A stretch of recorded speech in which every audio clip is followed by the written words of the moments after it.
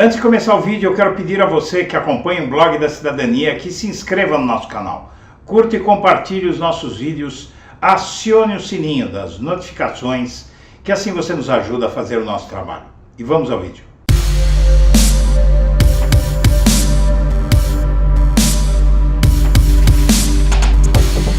Bom dia, senhoras e senhores. Hoje é 22 de junho de 2023. São 8 horas da manhã. E hoje é uma data histórica e Bolsonaro teme e está mesmo arriscado a levar uma goleada de 7-0 hoje no Tribunal Superior Eleitoral. O Bolsonaro e aliados estão pessimistas quanto à posição de Nunes Marques no TSE. O Nunes Marques era dado como voto certo contra a cassação de Bolsonaro e com pedido de vistas para ganhar tempo para ele.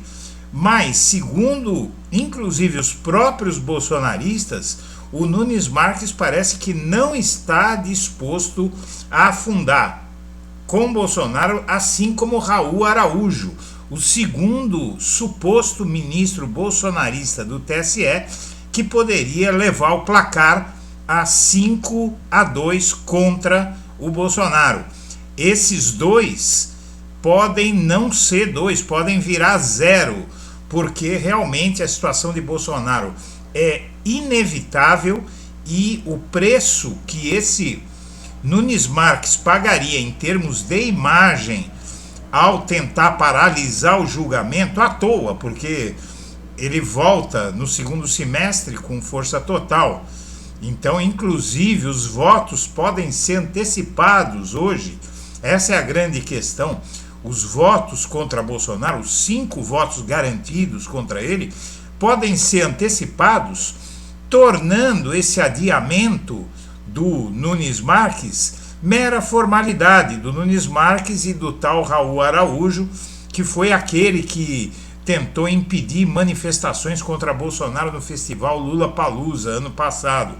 Esses dois, eles podem pular fora porque eles não vão fazer diferença nenhuma, e Nunes Marques pedir vista só vai atrapalhar a imagem dele e ainda por cima vai fazer com que os outros ministros antecipem o voto.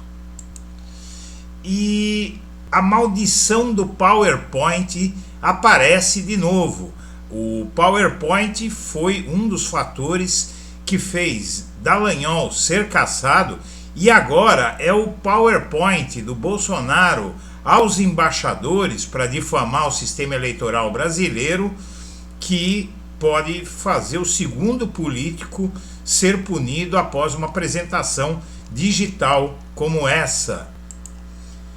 E após taxa de juros ser mantida em 13,75%, Lula diz que Campos Neto joga contra a economia brasileira.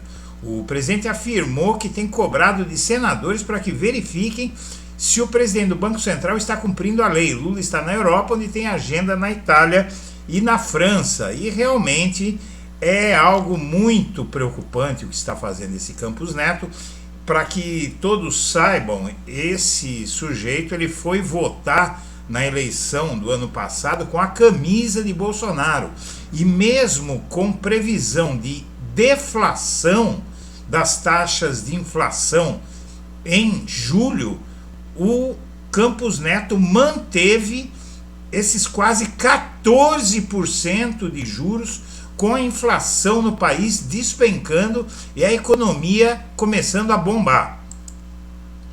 E na CPMI, o homem-bomba do aeroporto que pode implodir a oposição.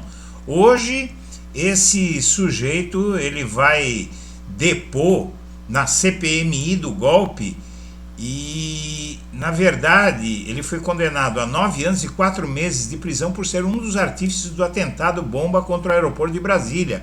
É o tal de George Washington. E em seu depoimento à justiça, neste ano, o Washington chorou e se disse arrependido. Entre as declarações dele, condenado, Ele afirmou ter sido alvo de um complô e que está vivendo um caso surreal. Quando foi preso em seu carro, foram encontrados fuzis, pistolas.